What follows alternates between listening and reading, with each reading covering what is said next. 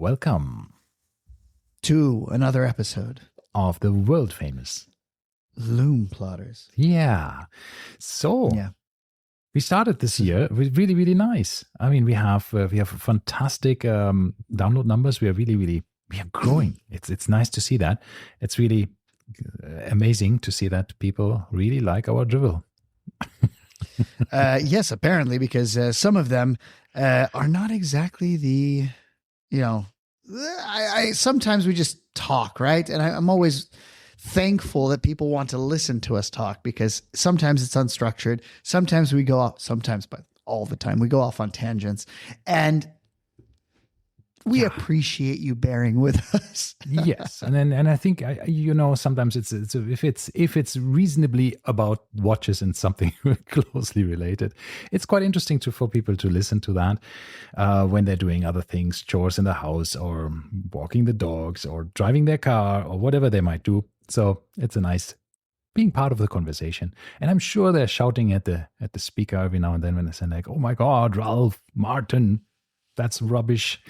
Yeah. So even just in the last, I think it was a couple days ago, on the episode that aired just last week, we got a comment about the Christopher Ward watches, and somebody said, and this is such a well written comment, or it's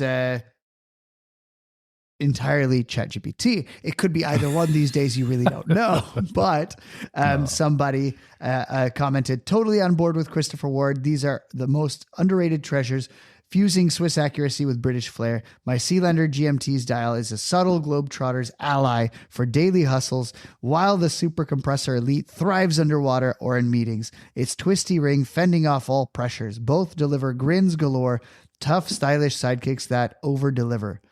Jump in, no regrets."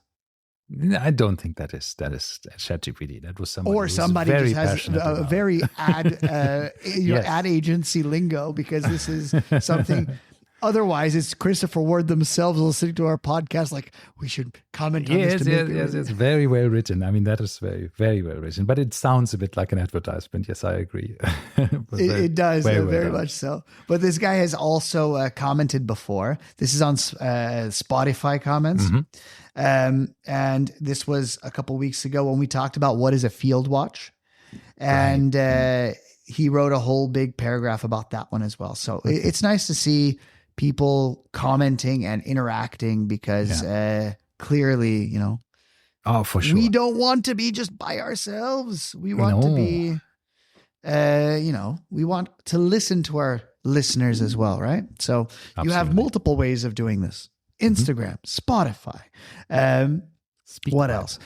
The speak pipe. Yes, exactly. Although the easiest one for me to respond to generally is Instagram. The YouTube comments I generally look at, and the Spotify comments I look at. But for that, I need a different app, and then it becomes, I forget. Yeah, it's Instagram. That is the problem when it's all over the different apps in different places. And it would be lovely if we had something there where you can have all the comments of different platforms in one user interface. But especially because we all have day jobs, families and stuff, we have to, juggle all of this as well. What are we talking about today? Who knows, Mr. these Martin. days? Who knows? It is Louis Vuitton Watch Week this week while we are recording it. Did you see the new watches? Do you have an opinion? Indeed. We have some new watches. So it's LVMH Watch Week, or whatever the hell they call it. And they have released a bunch of garbage. So TAG Heuer comes out, and they, that's what everyone wants, is a larger Carrera, because 39 millimeters is apparently too small. So they made a 41 millimeter version, which just, I don't know, but that's just strange to me, because everyone, I think, still is sizing down. So to go up is weird. Yeah, I think it's a glass box. I mean, that one was only available in 39. Now we have. Yes, but it all wore big. Glass box, if you ever tried it on, because it was edge to edge glass, with no bezel. Yeah, it was internal. 39 was a giant dial, right? It was a giant dial, essentially. And to make it 41, I could only imagine how big that dial is going to be. So when I look at these hands, I immediately think of my Zenith. I don't know why. They probably got it from Zenith and they just borrowed it. They're in the same family. Yeah. Two things to note. One, the new bracelet is cool. And two, I believe this is a no date. Yeah, but it's no date. Yeah. In the 39, there is no dates. And just pisses me off to no end. Really? Yes, because I like the Carreras. I like the glass box, but the no date issue is something I can never get over, or the date issue. So all I want is a no date Carrera. And no, all I want a bunch of stuff, but one of the things is a no date Carrera. I would love to have a black dial no date Carrera. The black one here, that is, or a blue one, or anything. 30,000 dirhams, 30,800, and this one is after discounts, you're looking at 12 probably. But does the bracelet taper? I think it tapers only a tiny bit for the first 3 links, right here. Not much. I don't know. It could be just the photography. Bit. Yeah, I think you can see that it's just a bit of taper in the first 3 links here, and then I think it stays the same. So wait a second. So you're saying the glass box in 39 had always a date? Because yes. This one is also Carrera chronograph, and it has a date. This one does not. The green one, but this is also the 41, right? I guess. Let me see. Yes. So is there a way for you to see? This is all the Watch Week stuff. Yeah, that's 41. Yeah, that's all the new ones. Yeah, we are looking at the TAG Heuer website where they, of course, have the new ones listed. Let's see. Yeah. Let's see what else they have under new. Oops. But under new, they have a Seafarer now, because the Seafarer was previously only in blue. They have a white dial looking Seafarer, which was It wasn't even white. It was more like cream colored. So looking at these colors, I mean, the blue glass box, that's of course exactly my. After I decided I'm only buying blue watches. Yeah. You said this. So nice. But hey, that's cool. Yeah. So we in one of the watch groups, the watch pack group where we are in, we have gotten some information about the new Siddiqui profile levels for Rolex watches, of how much you need in order to get specific watches, right? How much your profile worth. So I could buy 2 Oyster Perpetuals 41s with a new profile, also basically below 100,000, right? That's considered a new profile. So 100,000 dirhams, and I don't think $27,000 US. If you spend that much, you're considered essentially a non-customer. Until 100,000, yes, you're considered to be a new profile. Well. That's ridiculous. But the point is, you can buy quite a lot. My Sky Dweller that I had, the 2-tone black dial with the Jubilee bracelet, that is included. So if you have... Because nobody wants it. I love that watch. You liked it. I don't know how. That watch is so gigantic. It's gigantic. It's flashy. It's so... It's just everything that's wrong with the Rolex. But... It's the pimp version of the Rolex. As I said, if they were to make this in a 36mm, that would be super cool. Yeah, but I can also get the 2 Oyster Perpetuals, and not the blue one, which I would like, because now they have changed the colors a bit, right? You have these... I don't like the new blue. I like the old blue. I think the old blue was nicer because it was a really nice sunburst dial. Yeah. The new one is a lacquered, flat-looking dial, which also has its positives, I think, but it's different. Yeah. But it's different. So I can buy this black one, and I can buy this silver-dialed one with golden hands. That I could actually put. I couldn't buy in as like I have to put my name on the list, of course, as well. But you're allowed to put your name. Yeah.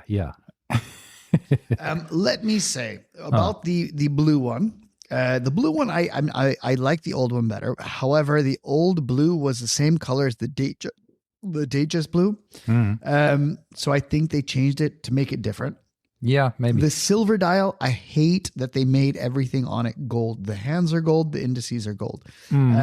It just doesn't look right to me. If it was just silver on silver, I think that would be super cool, but Rolex disagrees. I had it in hand, and I must say I really liked it. I also had the same opinion, like, it's a silver watch, silver dial. I mean, steel watch, silver dial. Why make it gold? But once you have it on your wrist and you look at it, you think, yeah, it works. It's actually quite elegant. It looks very, very elegant. It looks decent. It looks posh for an OP.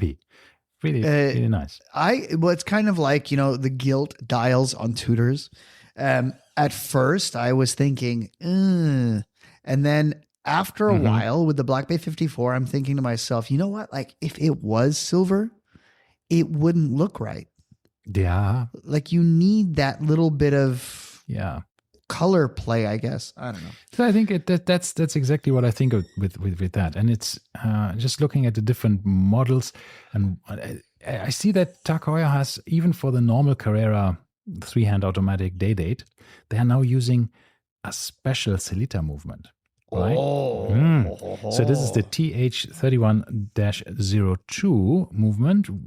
It's also a 17,000 dirham watch. So it is a COSC certified 80 hours power reserve watch. Not bad. So, yeah. I don't think you knew this about me, but I had that watch. I had this exact watch, the old version with the silver dial. Really? Yes, I did. It was one of my first mistakes. Before I knew much about watches, and I was like, I want a TAG Heuer Carrera, and I didn't buy a chronograph because I couldn't afford a chronograph, so I bought the simple one, and I remember the price of it. So what is the price now? 17,250 for the automatic version. Yeah. When I bought it, the retail price was 8,000 dirhams, and it also had a Celita movement. But or ETA at the time, I guess. Who knows? It was after ETA already, so they had already switched to Celita at that time. Okay. Yeah.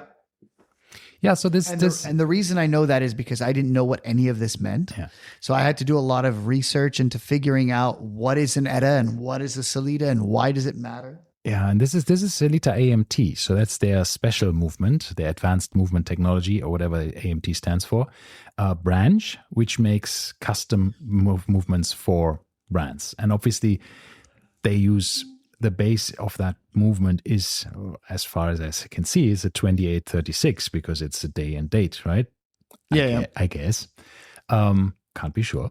But 80 hours power reserve, that's great. So they really show that, now that you're moving into the current times where you have this kind of power reserve and chronometer certification, it's a nice movement, a nice watch. You can't complain about it. It's okay.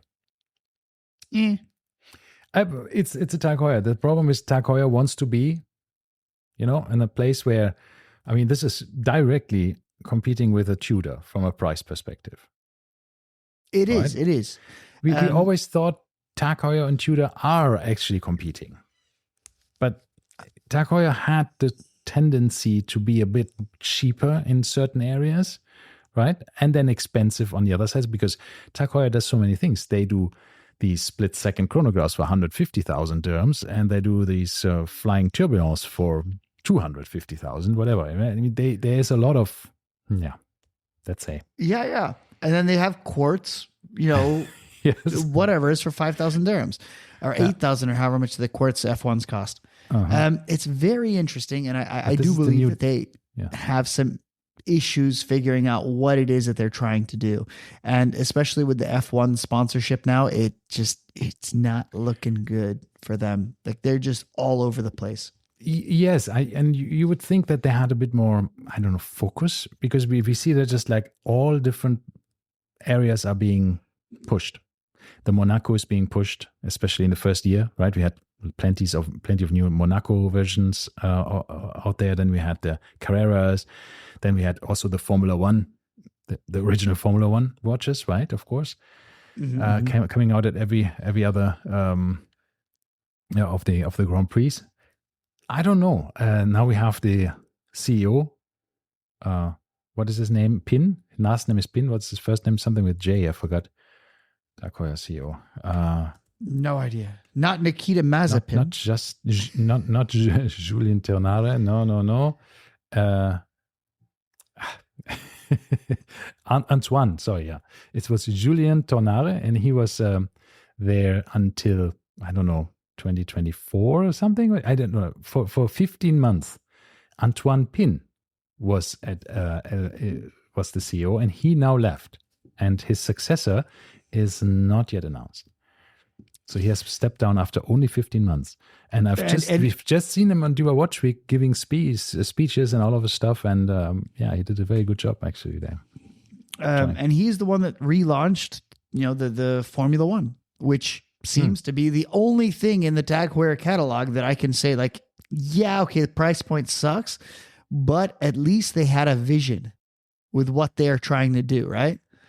It seems to me with the Formula One, they're actually trying to get the brand into some category where they're kind of impulse buys, right? And that's where the Formula One should live, is you go into the mall and you're like, you know what? Like, I do like this. Like, yeah, it's not too much money, so I'll just buy it, right?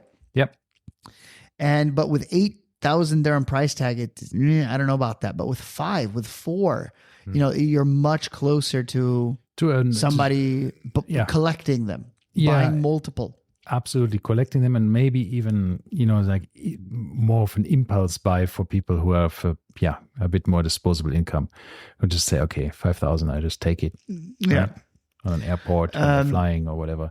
But it's an interesting situation there, and I think I've read recently. I don't know if I discussed this with you, that Louis Vuitton looks at all of their watch brands that they have at the moment and thinks about, should we actually get rid of all the watch brands that are only watch brands and keep only the watches in our portfolio that are part of other brands like Bulgari, Yeah. And so get rid of Zenith, get rid of TAG Heuer, get rid of Hublot, get rid of, I don't know what else they have.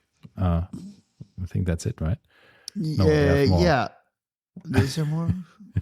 I honestly, I think they should, because I don't think that Louis Vuitton has ever been successful at watches, like the conglomerate itself. You look at, ever since they acquired Zenith, it's been shit. Ever since they acquired TAG Heuer, it's been shit. Ever since they acquired Hublot's always been shit. Well, I think Hublot is quite profitable. And I think TAG Heuer was also quite profitable, but I think they got a bit hammered because they were in this awkward position. Bulgari I think they made really nice watches, and I think there's... they're going to keep Bulgari in that case, because I think a lot of money from Bulgari comes in terms of jewelry. So I don't think they would get rid of that. They would keep Bulgari, Louis Vuitton, Tiffany, then probably their Gerald Genta and Daniel Roth, maybe but that would also be questionable then, even though they just relaunched Gerald Genta and Daniel Roth, right? They just did it. Yeah, I don't know. So then you have Dior, who they also make watches, and then you have Lepay. What is that? I don't even know what that is. They make mechanical clocks. Okay. Yeah, that sounds like a great investment, Louis Vuitton. No, you have seen their designs for sure if you have looked at any of the GPHG things, because they make really amazing big table desktop watches, clocks, not watches, clocks, really big clocks. Maybe. Some very, very elaborate, very complicated, very cool looking stuff. But so that's their portfolio. So I think what we see there with TAG Heuer, I don't know, maybe it's one more thing. I mean, officially it says that Antoine Pin is looking for something else to do. He has changed his mind, basically. He doesn't want to do the CEO job of TAG Heuer anymore. He's leaving. We don't know, right? I mean, it's always the question, what do you want? Is it the really, question is why is he leaving? Is he fired? Does he want to leave? Who knows? That's what we never know until, but what's the official story, what's behind the scenes. Yeah. But there is something going on, because I think in the watch, in the specialized watch group, no, that's different. That's by Richemont. There are a couple of things not going so well, right? With Louis Vuitton and their brands, I think. So probably the profit margins are not where the rest of the business is. So they have to think about, do we continue pouring money in it, and especially brands like Zenith, who apparently made no profit in a long time, right? So how much we'll talk longer? about Zenith in a little bit, because we have a whole topic about this. But once again, this is kind of a sunk cost. At what point do you stop sinking more into this, right? If it's already done, you have to jump ship, sell it for scrap, sell it for what you can. I'm sure Zenith would sell to somebody. TAG Heuer, somebody would buy for sure. Hublot, maybe somebody would want. Yeah, maybe. But these brands, or at TAG Heuer has, I think last year has made 4% less revenue, I think, than the 9 months before, in the first 9 months of 2025. So I think maybe it wasn't working, whatever they tried. And the repositioning, the new watches, I have no idea. Let's see. Maybe something transpires out of it. But what we can see is that Richemont has actually increased their revenue in their specialist watchmaking group. So that's impressive. I wouldn't have thought that, but it seems like they have increased it by quite a large single-digit percentage, which is surprising, because generally we think the industry is a bit in a turmoil, and numbers definitely seem to go down because we can see more and more discounts being offered. Right? Yeah. But whenever, once again, I try to go buy a Zenith, they never want to give me a good enough discount. So yeah, that's a problem. I think it is really, because if you can only be enticed to buy a Zenith with a discount because they're losing so much money on the secondary market, right? Yeah, of course. Most of them. It's not easy. So how can you tell me to pay, 32,000 dirhams after discount, by the way, it's 40,000 dirhams before discount on a watch. So I'm at 40K. The watch is at 40K. I pay 32. And then as soon as you walk out, it's worth 20. Yeah. I mean, that's how it used to be, right? And then they try to tell you, and the nonsense that I've heard from the boutiques is just beyond me. They said, well, then you don't have a warranty. I'm like, yes, you do. They have 8-year warranties. If you've registered it, it's transferable. And they're like, no, it's not. And I'm like, every watch warranty is transferable. Like, if you have the warranty card, it doesn't matter who's holding it.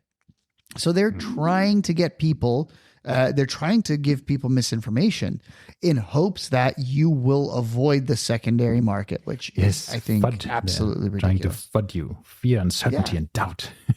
But there's the problem is I think I like Zenith as a brand. I miss a bit my DeFi 21 because I think it was a really lovely watch, the Panda dial. But man, these prices, you can and how much I bought this watch for nearly half of the retail price, right? Yeah. From Rivoli pre-owned, right? When they had Zenith still in some of their distribution channels So, and that was a fantastic deal. I got a pre-owned, in brackets, it was probably just a showroom watch, but I got a good, basically new watch with everything, full box and papers, full warranty, all of this stuff for that price. And yet, when I sold this watch, I still did not even get half of what I paid for. Can you believe that? Yes, I can. It is so ridiculously low what I got for this watch when I tried to sell it. It was sad to see that they have so little respect or just a fan base. But the same thing for JLC. I think JLC lives in the same thing where they produce a product that's very, very good and fully, it earns the price that it's sold for, but for some reason the secondary market does not agree with that. And this is again guess why. A discussion we had so many times. What is a watch really worth? I mean, is because we sometimes see watches on the secondary market and we think this brings tears to our eyes because it's too cheap for what it is. Then you see other watches that I'll are, give you an example. Our good friend George, who was on the podcast, he bought an LUC Chopard, the same one that they just released at, I think it was, I don't know where, Watches and Wonders or whenever it came out. The one that's a simple three-hand or two-hander with the sub-seconds on the small dial. I don't know what it's called because I don't know what LUCs. It's a micro rotor movement, fully in-house. Louis Chopard. Yeah, no. I'm saying I don't know what the model is specifically with the sub-seconds.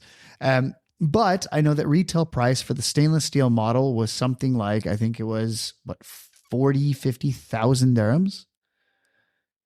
And he bought it for 8,000 dirhams on the secondhand market. Oh my God. And I'm just like, this is ridiculous. It's a micro rotor for movement. that money, I would immediately buy this watch. You saw it. It was on the auction. For 8. Nobody wanted it. That was 36 millimeters, I think. No? Was it 30? No, it was 38. 38 or 39. I don't think there was a 36, but maybe, it was 39. Maybe. And that's this month I decided not to. It was a gray, charcoal gray dial as well. George can correct us if we're wrong, but he has to show us in the next 8,000 dirhams. And I'm just like, oh my God. And then the thing was, there was something wrong with the movement. Like it wasn't on. And then Timepiece 360 serviced it for him, and then everything was great. So you can find insane deals. Out of curiosity, I'm wondering how much these LUCs are going for. They are. See. I think they are in the high 30s or low 40s. You're probably right about it. It is. I need to see. It is called the XPS. Oh, it was an XPS even. Okay. Yes. So, how much is a current day XPS? So let's go and see, because I'm looking at them here, but they are, of course, all of the fancy versions with gold and this stuff. This is the cheapest. Is there a price low to high? Here we go. Done. I'm the cheapest XPS, 50,590 dirhams. Ooh. So 50,000 dirhams, and he got it for, and the one that looks, and he got it for once again 8. The one that looks more like his is 84,000 dirhams. And I'm just going to verify that this is also not. But this is white gold, I think, no? Yeah, it is white gold. Yeah. So for 84, it's white gold, but that one happens to look very similar. So hence why I looked at that one. Let me check the cheapest one again. And the cheapest one, is it stainless? I don't know. I don't know either. Now it's not letting me sort it again. God bless. Although there's ones for 200,000, 253, 293. Yeah, there's some amazing watches. Louise. My goodness gracious. That is quite a bit of money for one of these. I mean, look, they are lovely watches. They have this beautiful Fleurier movements in there from Chopard themselves. Chronometer spec. They have golden rotors. The micro rotor movements is fantastic. They have. I think they have the quality Fleurier, or some of them have the quality. Not all of them have the quality Fleurier stamp on it. So that means this is really good. You have to like them, of course. I mean, I think the design is great. The watchmaking is undeniable. It's there. It's all beautiful stuff. It's super thin. It's super wearable. I like Chopard a lot. I like this watch specifically quite a bit. And I would have 100% bought that watch if it wasn't for the date window. His has a date window. Oh, that's an older one then. Yeah. It is. Yeah, of course, it's the older one. Yeah. But once again, is it any bit different than the current one? And this is stainless steel, by the way. So 51,000 dirhams essentially for a stainless steel LUC. And it depreciates to 8. Like, imagine being the one that spends 51 on it and then sells it a couple of years later. Yeah, that's the thing, right? I mean, when you see in the pre-owned market, you can buy a 41 millimeter Chopard limited edition chronograph, solid gold, millimiglia for 43. That's not even a negotiated price, right? So Yeah. Think about this. It's crazy. Anyhow, there's always good deals to be made, especially with brands that are, unfortunately, to a certain extent, not so popular with the watch and community. the same thing goes back. I was looking once again through Zenith, knowing that I really wanted an El Primero at some point. And I'm looking through, and what do I find? I found a solid rose gold. I think it was rose gold. El Primero, the same one as the stainless steel. I don't know where I saw this, if it was Chrono or eBay or Timepiece 360. But it was 30,000 dirhams for a solid gold El Primero, which I'm looking at it and I'm thinking to myself, so cheaper than the stainless steel one at retail, I could just buy a 2-year-old, because I think it was like a 2024, 2-year-old gold one. And this does not make sense. I know. It sometimes doesn't make sense. Well, do you know what also makes no sense? This watch that I just have put on the screen for you. It's a Tiffany & Co. Yes, watch I saw this one. From LVMH, of course, because they own Tiffany. And they have the 60-piece limited edition in Tiffany blue dial. It's a chronograph. It's, of course, an automatic watch, 40 millimeters, platinum case, and has the legendary El Primero movement in it from Zenith. Never heard of her. Yeah. So, not La Primera, it is El Primero. And how much? So, how much? I'm scrolling. Because, so I saw this watch it has launch, a beautiful thing on the rotor, a peak, sort of a whatever that is, bird. I don't know what it is. But the thing is, I saw this watch and I was like, oh, this decent looking watch. I wouldn't buy a Tiffany watch, but I think I had no idea it was an El Primero movement. Yeah, it's only $55,000. What a bargain. Well, imagine how much this is going to be worth in 2 years and then Chrono 24. It's platinum and it's a Tiffany blue dial, right? So now Tiffany does a Tiffany watch in Tiffany blue. So I have a lot of Tiffany in it. Well, is it Tiffany stamps? Very much so. But like, wouldn't it be better if you have all these brands, right? Make a Zenith El Primero, call it a Zenith El Primero, make it Tiffany blue, and put Tiffany on the dial as well. Yes, only sell it in Tiffany stores. Yeah, like what? Why do you need to go and rename it and blah blah blah? Like, I guarantee, Tiffany I could single-handedly turn Zenith around in a weekend. Yeah, I think what I would do with Tiffany with Zenith is also cull down their some of the collections. And you just have to remove it, and you have to get something. You have to look back, very hard look in the history, and think, okay, what is Zenith in the minds of collectors? Maybe do some market research. Just find out of what people actually have still, if they still have anything in mind when you think about Zenith. Because some might not even know about the brand. Know what it is. Yeah. But anyway, I think honestly, like if you went outside and you asked, someone who's just gotten into watches, what is Zenith? They would have zero idea. And this is something that is very hard to understand. So I'll give you an example of this. On Netflix, there is a new show that just came out with Simon Cowell. Who we know from back in the day from, what was it? I don't even remember what it was called, but the singing shows, right? And he was always a judge on it, and I didn't know what he did.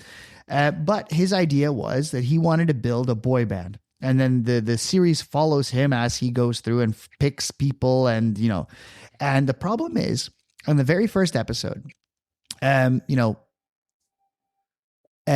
so apparently, for those that don't know, if you're in that generation too, he built a bunch of very, very famous bands, right? Including, what was the one that just somebody died in? One of the guys died. I'm not the expert in boy Hold bands. on. You know the name. Let me see what it was. So which watch was he wearing? No, it has nothing to do with watches. I'm going to get to it in a moment. Okay. So he bands. What is the name of it? One Direction was the band. Which they're most people famous. have heard of One Direction, right? So he created a bunch of these types of bands. So he just kind of went and put a bunch of people together and said this would work, and then he made a bunch of money off of them. Now he wants to do this again, but the problem is, back in the day, he had the panache. He would say, Simon Cowell wants you to come and audition for me, and millions of people would turn up. In the America's Got Talent, or whatever they used to call it, the singing show that we had, he found a bunch of people. So people know who he was. But now he put out an advert and said, come and, the traditional way. And I was watching the show and I was thinking to myself, this doesn't sound right. He did a radio ad and he made a billboard. And that was his marketing. And no one showed up. Right. And his marketing people said, like, Simon, like, you need to understand, like, this is not your generation. Like, they don't listen to radio and they're not looking at billboards. Most likely these people don't even know who you are. And that was, this guy's known for being an asshole. So it's kind of funny.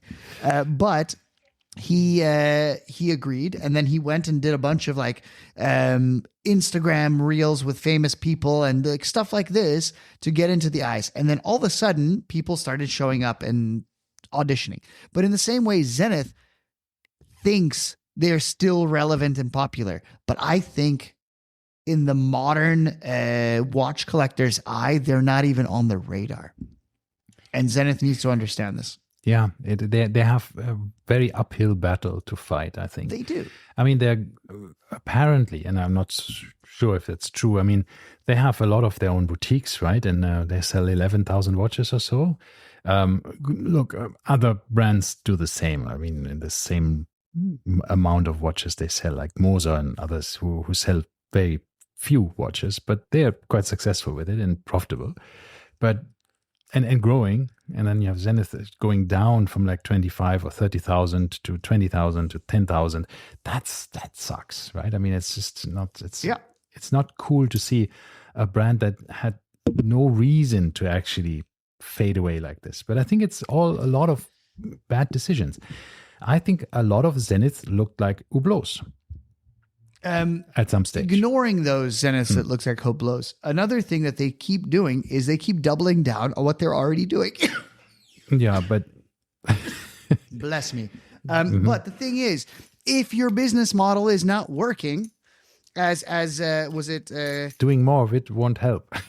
No, exactly. This was in Formula One. If you were watching the interviews with, it was Toto Wolff and Christian Horner. And he's like, if your car doesn't work, change your fucking car. And that's exactly what Zenith needs to do. Change the car, right? You're trying to redo the same things that you've been doing for the last 5 years that hasn't been working, just in different colors. Yeah. Yeah, it's a shame, and this is one of the things that we see in so many watch brands when you feel like, okay, they've somehow lost their way a bit, or they have just golden geese on their hands, right? So you think if they would just re-release this or make it a collection, it's a bit like Blancpain and their 50 Fathoms in a smaller size. Yeah, but it's not in the permanent collection unless it's a super special metal. Right? And you think, yes, for years, for decades now, people are saying, make it smaller, please. Make a steel variant, make it smaller. You could really compete with the Submariners of the world and other really cool dive watches, right?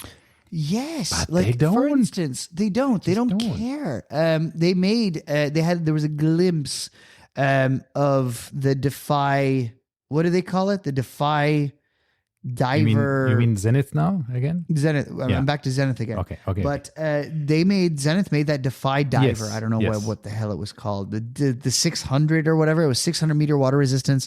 And it was a sick looking watch.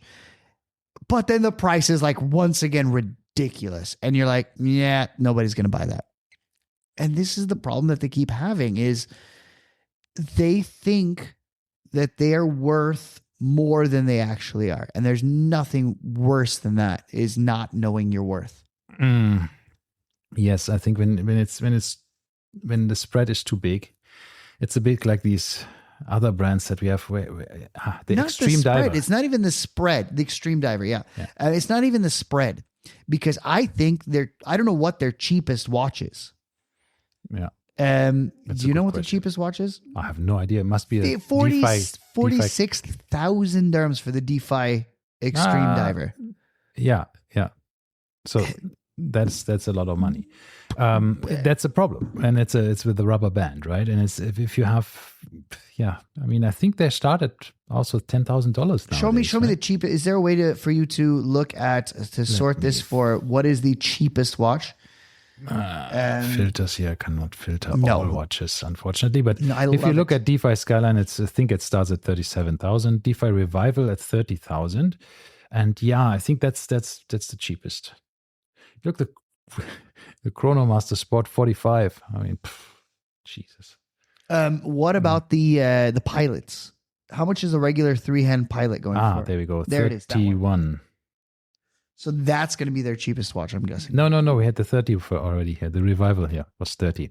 Which Revival? This one here. Oh, the one that just came out.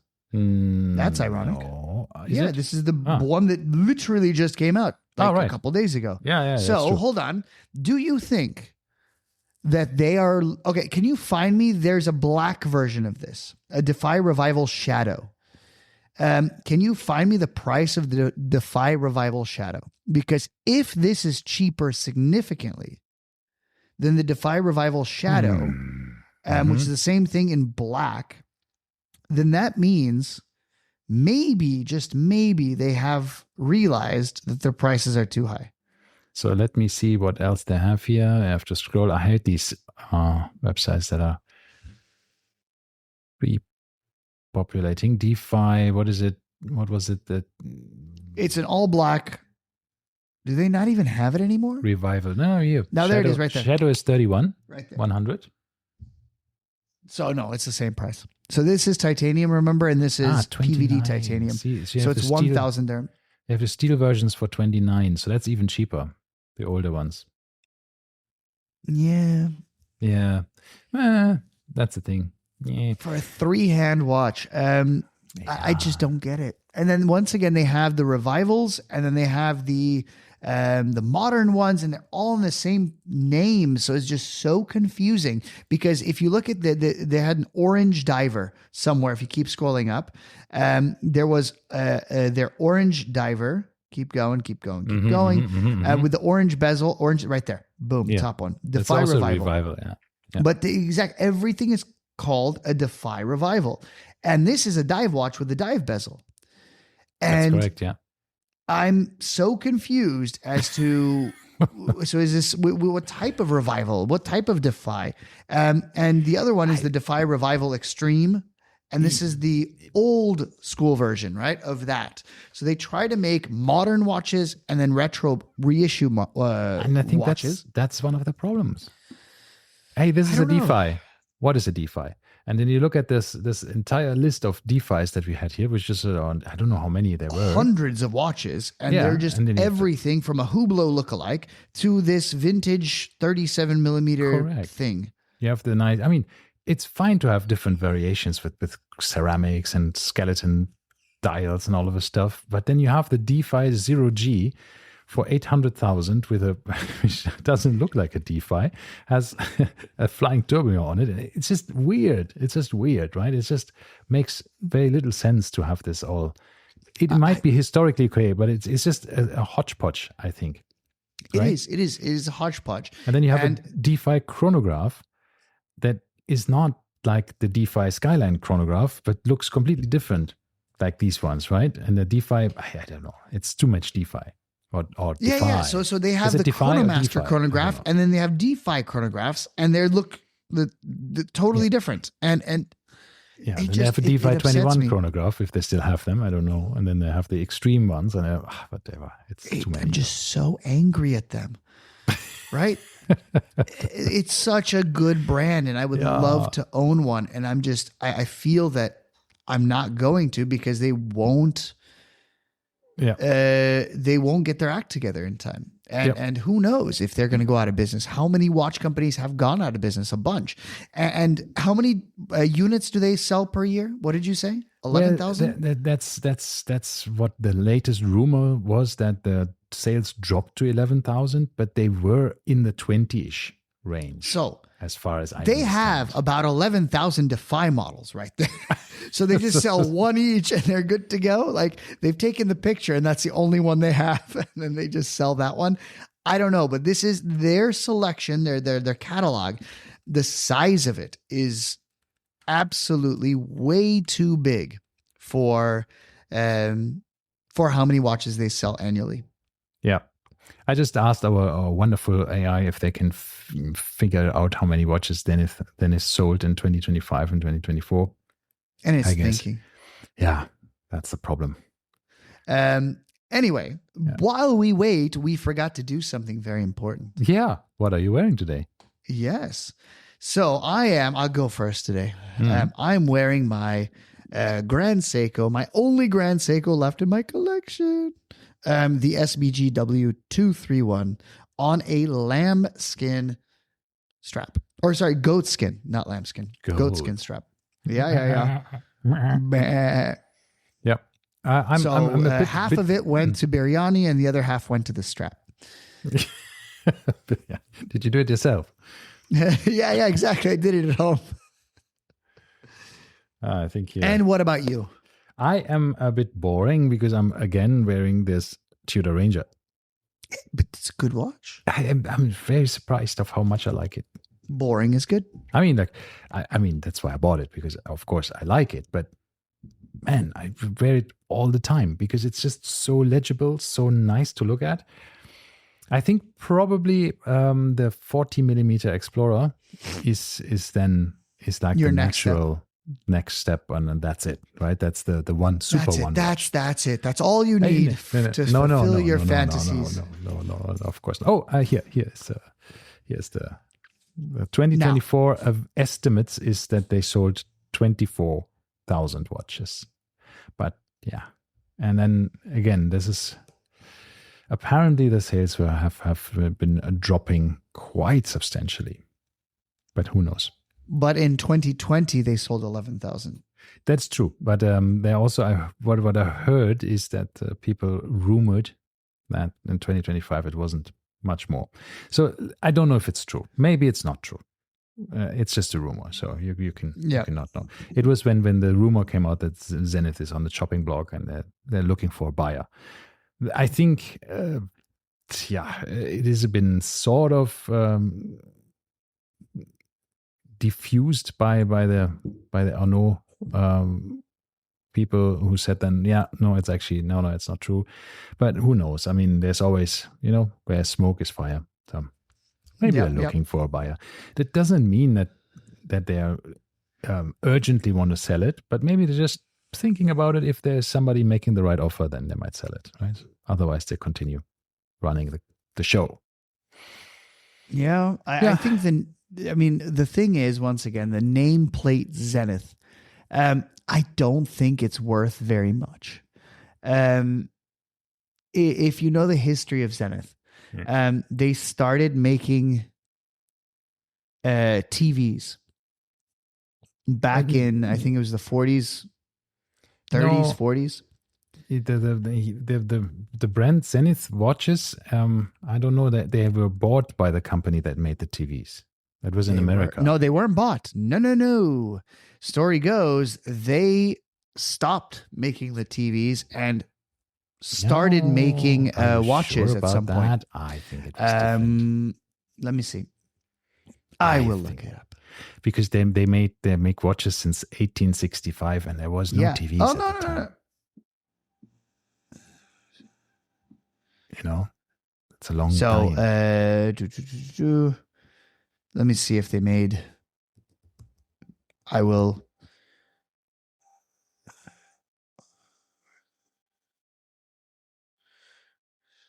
Yeah, it was. So, due to ongoing naming disputes, the Zenith Radio Company was unable to achieve a sizable market share in the United States. In 1968, Zenith merged with Movado to sell in the United States under the already established Movado brand. With the popularity of quartz watches increasing, Zenith Radio Company decided to enter the market in 1972 through the acquisition of Zenith. So the radio company bought Zenith in 1972. The Zenith Radio Company was the one that made the TVs. Mm-hmm. So they bought the watch company. So the radio they bought it outright. That's what I said. The TV company bought the watch company. Did you say that? Yeah. Oh. Rewind. Yes. Rewind. So basically, Zenith was around. Zenith was around since 1865, and they somehow wanted to go into the American market, as far as I understand that.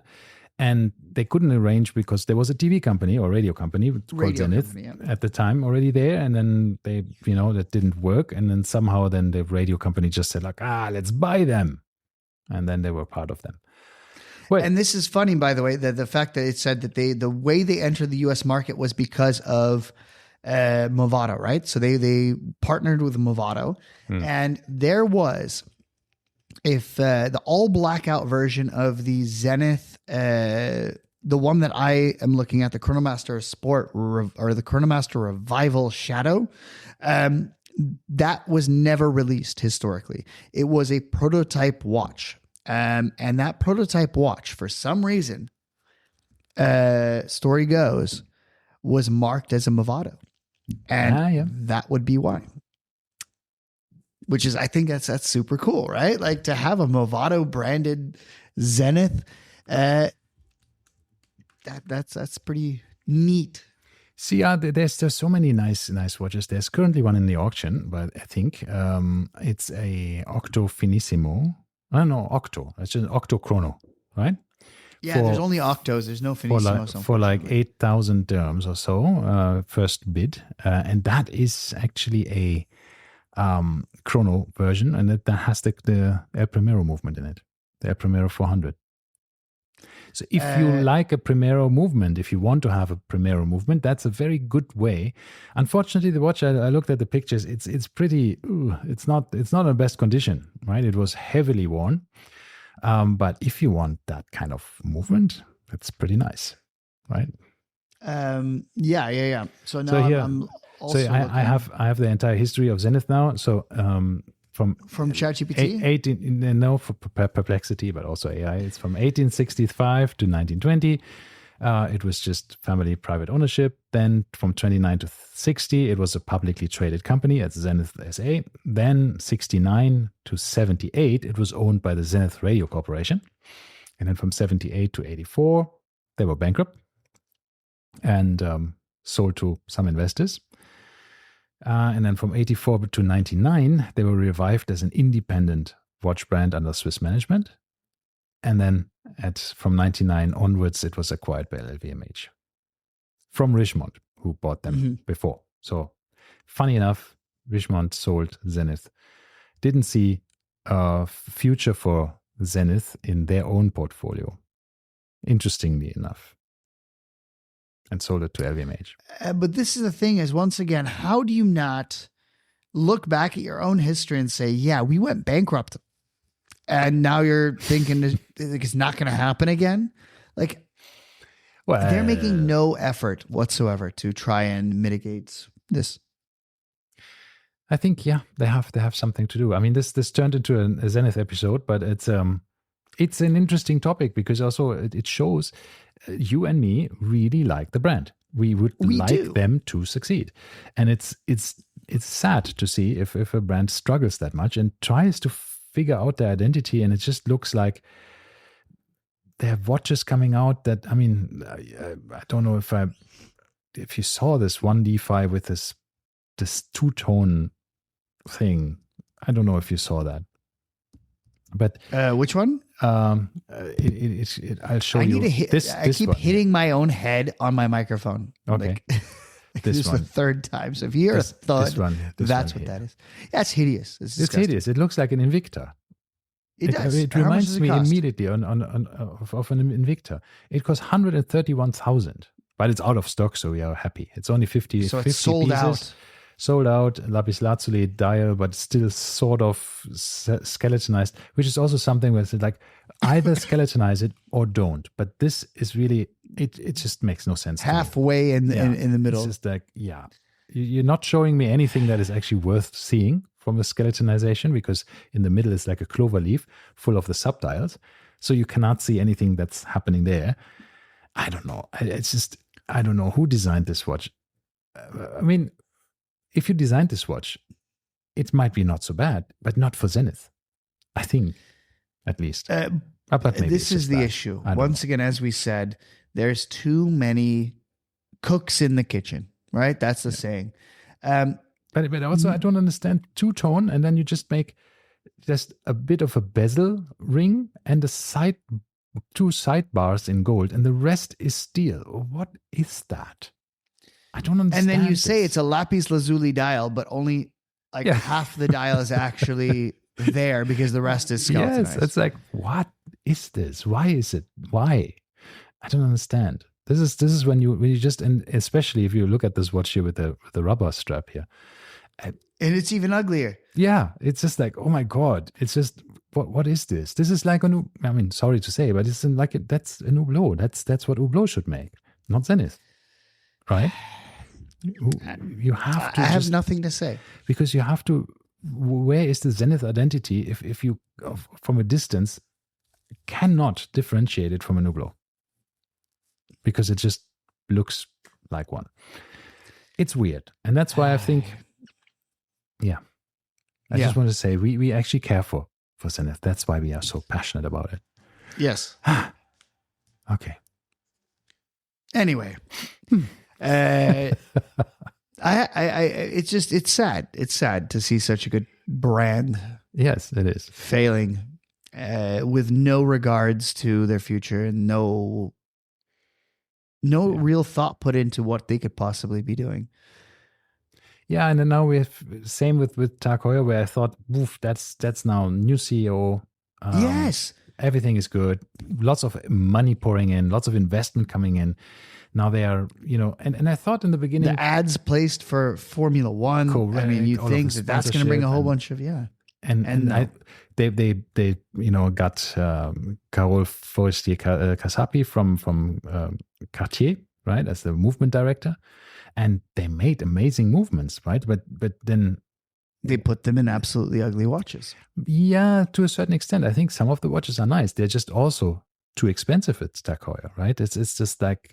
It's so expensive. I understand they have to be expensive because of what they are featuring from a technology perspective, but they're still just not in that range where I would be comfortable personally to buy or part for so much money for a TAG Heuer. Yeah. So it's sad. So on that depressing note today, I think it's time for us to end. Okay. We will talk about hopefully happier subjects next week. We were not unhappy. But it's sad. Yeah. Zenith, come on. Yes. Come on. You can do it. Yes. All right. Okay. Speak next week. Bye-bye. Bye-bye.